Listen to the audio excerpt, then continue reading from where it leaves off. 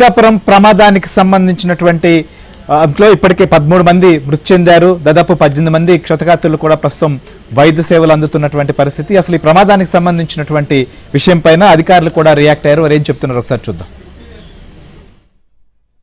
జిల్లా మార్కాపురం దగ్గరలో Rayavaram medical college ఈ టర్నింగ్ అవుతుంది. ఇక్కడ తెల్లవారుజామున అబౌట్ 6 టైంలో private travels bus Harikrishna travels Nellore వారికి వీళ్ళు జగిత్యాల నుంచి వింజమూరు వెళ్తున్నారు, నెల్లూరు జిల్లా వింజమూరు.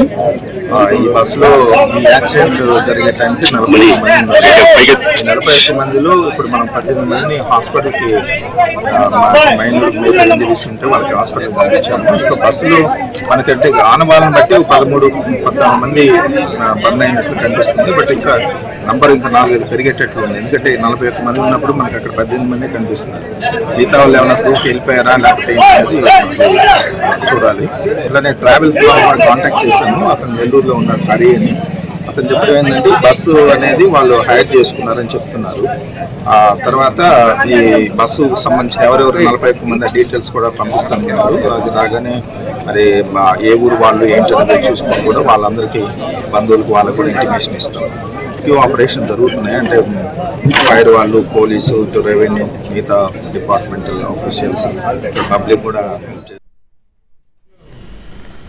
రైట్, చూసాం. జాయింట్ కలెక్టర్ కూడా చాలా క్లారిటీ ఇచ్చారు. 18 మంది ప్రస్తుతం ఆసుపత్రిలో చికిత్స పొందుతున్నారు. మిగిలినటువంటి వారి కోసం ఆచూకీ తెలుసుకునే ప్రయత్నం చేస్తున్నారు. ప్రమాదానికి సంబంధించినటువంటి ఘటనపైన డ్రైవర్, క్లీనర్ కూడా మాట్లాడారు. వారి మాటలు కూడా ఒకసారి విందాం.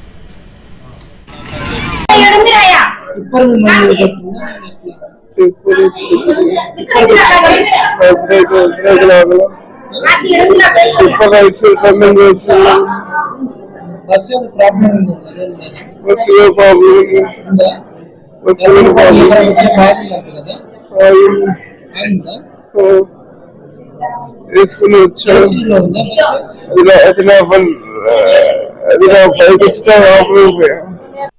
ఇప్పుడు నువ్వు ఎలా లేచావు? అంటే పొగలే వచ్చినాయా? 100 మినిట్స్ రోడ్డు మీద పడ్డా. నా బాడీకి మంట అందుకుంది.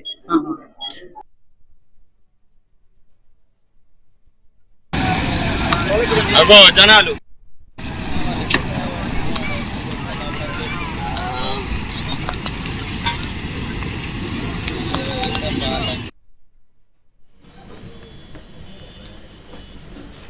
రైట్, మనం చూస్తున్న ఒక్కసారిగా జరిగినటువంటి ఘోర ప్రమాదానికి సంబంధించి ప్రత్యక్ష సాక్షులు కూడా మాట్లాడింది. వేగంగా వచ్చి ఢీకొండంతోనే ఇలాంటి పరిస్థితి ఏర్పడింది అనేది కూడా వారు స్పష్టంగా చెప్తున్నారు. సో మొత్తానికైతే ఈ ప్రమాదానికి సంబంధించినటువంటి కారణాలపైన అధికారులు కూడా ఎంక్వైరీ చేస్తున్నారు. ఇప్పటికే ఓవర్ స్పీడ్ అనేటువంటిది ప్రాథమికంగా గుర్తించారు. ఇక ఈ ట్రావెల్ సంబంధించి హరికృష్ణ ట్రావెల్ సంబంధించినటువంటి బస్సు సంబంధించినటువంటి డీటెయిల్స్ కూడా మనం ఒకసారి పరిశీలిస్తే, ఈ బస్సు జగిత్యాల మీదుగా కోరుట్ల నుంచి కూడా బయలుదేరి ముందుకు వెళ్తుంది. సో అక్కడి నుంచి కోరుట్ల నుంచి నిర్మల్కు వెళ్తుంది. నిర్మల్లో కూడా అక్కడి నుంచి ప్యాసింజర్స్ కానీ లేకపోతే బుక్ చేసుకున్నటువంటి వారిని ఎక్కించుకున్న తర్వాత ఆర్మూర్కు అక్కడి నుంచి వెళ్ళడం జరుగుతుంది. ఆర్మూర్ నుంచి భీమ్గల్ మీదుగా ఈ బస్సు ప్రయాణం చేస్తుంది. భీమ్గల్ నుంచి కూడా మొత్తం అక్కడి నుంచి చాలా మంది అటు వింజమూరు కావచ్చు లేకపోతే కనిగిరికి ఎక్కిన బస్సులో ఎక్కారు అనేటువంటిది మనకు అర్థమవుతుంది. వీళ్ళల్లో ఎక్కువ మంది, దాదాపు 13 మంది ప్యాసింజర్స్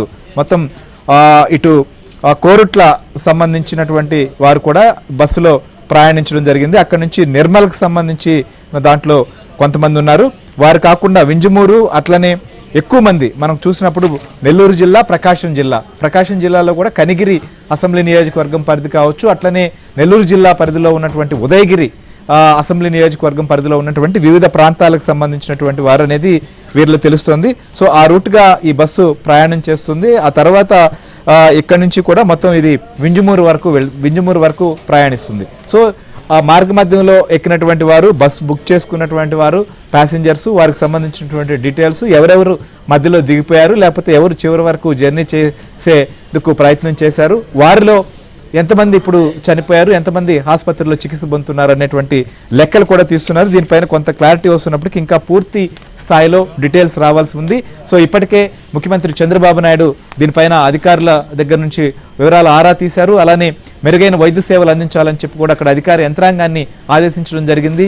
సంఘటనా స్థలానికి హోంమంత్రి అనిత కూడా అక్కడికి వెళుతున్నట్లుగా సమాచారం వస్తోంది. సో అధికార యంత్రాంగం అట్లనే స్థానిక ప్రజాప్రతినిధులు వీళ్ళందరూ సమన్వయం చేసుకుంటూ ఇప్పటి వరకు కూడా వైద్య సేవలు అందిస్తున్నారు. సో ఈ ప్రమాదానికి సంబంధించినటువంటి ఎవరెవరు ప్రయాణిస్తున్నారు అంటే చనిపోయినటువంటి వారికి సంబంధించిన వివరాలు తెలుసుకునేందుకు ఆయా ప్రాంతాల్లో ముఖ్యంగా కనిగిరి నియోజకవర్గం పరిధిలో ఉన్నటువంటి వారు ఎవరైతే ప్రయాణం చేస్తున్నారు వారికి సంబంధించినటువంటి వివరాలు కూడా తెప్పించుకునేటువంటి ప్రయత్నం చేస్తున్నారు. ఎందుకంటే ఇటు ఉదయగిరి కావచ్చు, కనిగిరి, ఈ ప్రకాశం జిల్లా నెల్లూరు బార్డర్లో ఉన్నటువంటి ప్రాంతాలంతా కూడా ఇక్కడ నుంచి ఎక్కువగా అనేక పట్టణాలు, నగరాలకు కూడా వలస వెళ్తుంటారు. అనేక నిర్మాణ రంగానికి సంబంధించిన పనులు, వివిధ పనులు కూడా చేసేందుకు అక్కడి నుంచి కూడా చాలా మంది వెళ్తుంటారు.